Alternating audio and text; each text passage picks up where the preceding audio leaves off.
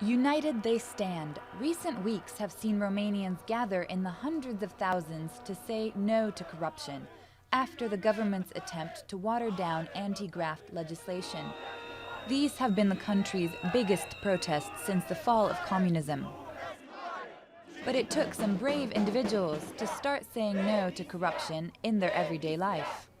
Architect Serban Marinescu faced a challenging decision when a local mayor demanded a cut of a major contract he had won. This was uncharted territory for me. Once you've been asked to do something corrupt, you can't just say no. This is because without wanting to be, you are already implicated to a certain extent.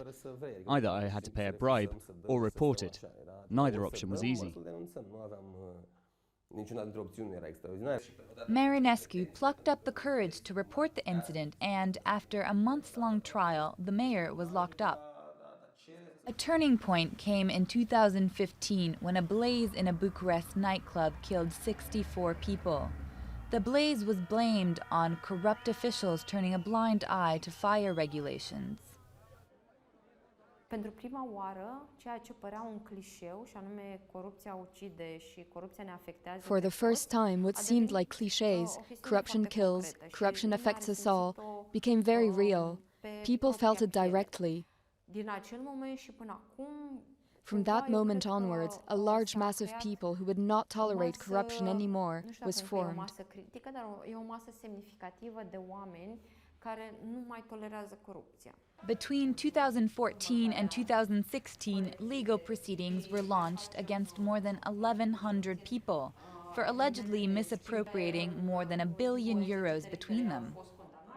9 out of 10 cases were opened thanks to institutions and whistleblowers.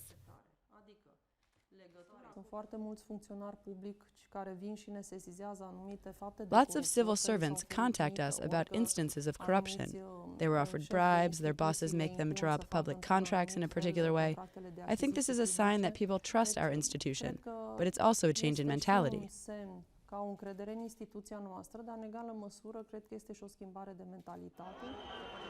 Romania, the second poorest country in the European Union, has made major progress tackling graft in recent years. And its people, standing together, are determined that this trend will continue.